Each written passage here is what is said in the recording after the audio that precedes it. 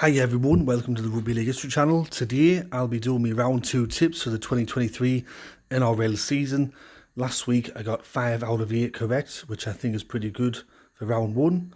So let's get into round 2 tips, starting off with the first match which is happening on Thursday. And the first match on the Thursday is Penrith against South Sydney. This one's being played at Penrith Stadium. Penrith have had the wood over South Sydney in recent times. They've won 9 of the last 10 encounters. With South Sydney, they're also going to be without Tavita Totola, it looks like, along with Jai Arrow, and Latrell Mitchell looks in doubt as well, which is a massive blow for them. From what I could see on the predicted team lists, it looks like Penrith will be unchanged, except for maybe one player might be ruled out with an injury. But besides that, 1-17, they're ready to go for Thursday. My tip for this match, I think it's going to be a very high quality game, but surely Penrith cannot lose 3 games at home on the bounce. So I'm going to go for Penrith to win 1-12. I think it's going to be a very tight match. Both sides are going to be really physical and it's going to be a high quality game, I think. So I'm going to go for Penrith to win 1-12 on the Thursday.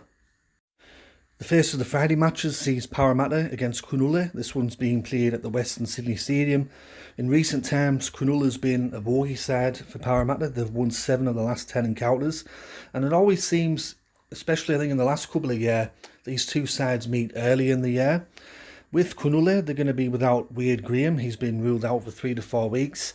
And also Nicholas Hines, I think, has been ruled out again this week with that ongoing injury complaint. With Parramatta, they're still going to be without Sean Lane for an extended period. Ryan Mattison, Bailey Simonson could potentially be named, and also I think Sean Russell has been earmarked to return to the squad as well. I thought Parramatta were good last week despite the loss. Once again though, some poor game management and crucial errors really let the team down, especially in the last 5 minutes and in golden points. There was also a bit of bad luck in there as well. With Moses, he had a drop goal which was charged down. It was going over for all money, but Garlick just managed to get his hand in the road and knock the ball away. I thought Cronulla were okay last week against South Sydney. They had some good spells there, but the loss of Nicholas Hines is a real big one, and the fact that he's the Raiden Dally M holder and your number 7, which is your most important position, it is a real detriment to the Cronulla side as well, because he's such an integral part of the team. If Hines were playing in this match, I would have gone for Cronulla to win. But since that he's out, I think this is a real opportunity for Parramatta to get their first win of the year. So I'm going to go for Parramatta to win 1-12, maybe even less on Friday there at Western Sydney Stadium. And the main match on Friday night, and rightly so, is Brisbane against North Queensland at Suncorp Stadium in the Queensland Derby. With Brisbane, they've got a poor record recently in the derby. They've only won 1 of the last 5 matches against North Queensland. However, they do hold the overall head-to-head with 36 wins to North Queensland's 20, and there's been 2 draws. With the predicted team news, they said that Reece Walsh might be playing in this match, and for North Queensland, they're pretty much unchanged going into this derby. With this game, it's so hard to call. It's the flip of a coin. It's a derby game. There's going to be a lot of feeling in it. There's going to be a lot of intensity. With both sides, you're only basing your selection off one game. But I'm going to go for Brisbane simply because they're the home side and because of what they did last week against Penrith. So I'm going to go for Brisbane to win 1-12. The first of the Saturday matches sees Sydney Roosters against New Zealand. This one's being played at the new SFS. With this fixture, Eastern Suburbs have won their last 5 against New Zealand, so they've certainly got the wood over them in recent times. In big news for East as well, Joey Manu's back into the squad, so that's good news for them. But I did read that Matt Lodge is going to be out for a while with an injury. As for New Zealand, from what I read, they're unchanged going into this match. Last week, East were humiliated by the newly admitted Redcliffe side, so they'll be looking to bounce back this week, and I'm pretty sure Trent Robertson's been horsewhipping them in training all week. And if we all remember back to round 1 last year, East were beaten quite comprehensively by Newcastle in round 1, but they turned it around, and I think they can in this game, so I'm going to go for East to win 1-12 on the Saturday.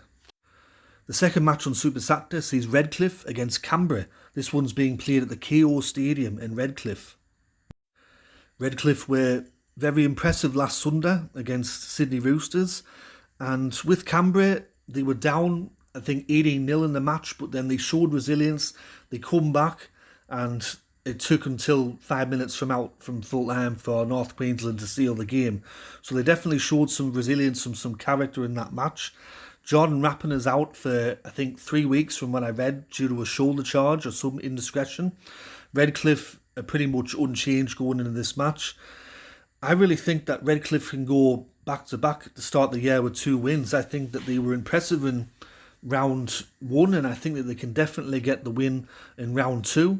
So I'm going to go for Redcliffe to win 1-12 at the KO Stadium on Super Saturday. And the final match on Super Saturday is between Melbourne and Canterbury Bankstown. This one's being played at Amy Park in Melbourne. Melbourne have won their last 7 encounters against Canterbury. The last time that Canterbury Bankstown won in Melbourne was 2016. Melbourne are going to be without Cameron Munster and Xavier Coates in this match. I think Munster's going to be out for about 3 to 4 weeks with the injury that he sustained.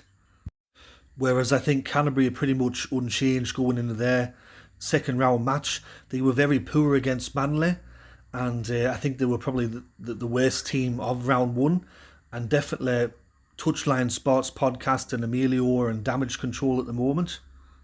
Although Melbourne did get the victory in round 1 against Parramatta, I think that they made a lot of uncharacteristic errors that I'm not used to seeing from them. However, I'm pretty sure that at training this week, the coach would have addressed that. So for this match, I think Canterbury will be a lot more improved going into round 2, but I still see Melbourne at home. They're always tough to beat at home. So I'll go for Melbourne to win 13 plus there on the Saturday. Okay, then we go into the first of the Sunday matches. This one's between West Tigers and Newcastle, and it's being played at Leichhardt Oval, which is a bit rare. You don't really get too many back-to-back matches at Leichhardt Oval these days. When I was looking at the head-to-head between the two sides, it was quite even. But the last time that Newcastle travelled to Leichhardt Oval, it was during 2020, when they had all the COVID malarkey. And this match would play behind closed doors, and Newcastle won at 42 points to 24. And the last time before that Newcastle travelled to Leichhardt Oval, it was in 2011. It were a Monday night fixture, and West Tigers won that 17 points to 16. And yours truly were at the match. I were on the hill there, and I saw Robbie Farah kick the drop goal to win the match for the West Tigers.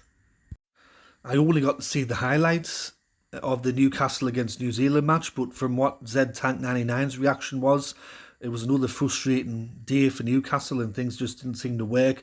With West Tigers, it just seemed like it was going to be the dawn of a new era, but once again, a disappointing way to kick off the year. But surely they can't lose 2 in a row at Leichhardt Oval, and weather permitting, there's going to be another big crowd there at Leichhardt Oval on the Sunday. So I'll go West Tigers to win 1-12. I think this match will be high scoring. I think there'll be a lot of tries. It'll be an exciting game. But I think I'll just go for the home side and go 1-12 for the West Tigers. And the final game to close out round 2 is between St George and the Gold Coast. This one's being played at Cogswell Oval. With St George going in this match, I read that Jack de Belin might be in doubt and will probably likely be ruled out of the game. As for the Gold Coast, they've been rocked by another injury to a player that they've brought in, which is Kieran Foran. He's done his PCL. I think he's going to be out for a while, which is a big blow for them because he's such an experienced player. But they did quite well last week against West Tigers there at Leichhardt Oval, managed to silence the crowd and get a win away from home. Their record at Cogswell Oval is 4 wins and 5 losses, so their record at that ground isn't too bad. Overall, the head-to-head between the two sides, St George have won 17 and the Gold Coast have won 10. A lot of people this year are predicting St George to finish with the wooden spoon and come rock bottom. A lot of people have said that they've got the worst squad in the NRL, but from personal experience, what I've noticed in the last couple of years is that the wooden spoon always goes to a team that you least suspect. For this match, however, I think that the Gold Coast can start the year with 2 wins in a row. I think that they played pretty well last week and they'll fancy their chances against St George, and I'm predicting a bit of an upset, so I'm going to go for the Gold Coast to win away from home for the second week in a row, 1-12 on the Sunday. So that concludes my video for round 2 of the 2023 NRL tips. I hope you enjoyed this video. If you did, let me know in the comment section below, and let me know who you are tipping this week in the second round of the NRL. Tomorrow I'll be back with my Super League tips if you're interested in the Super League, and then on Wednesday or Thursday I'll be doing the View from the North podcast with Just Rugby League. Anyways everyone, tatty bye for now.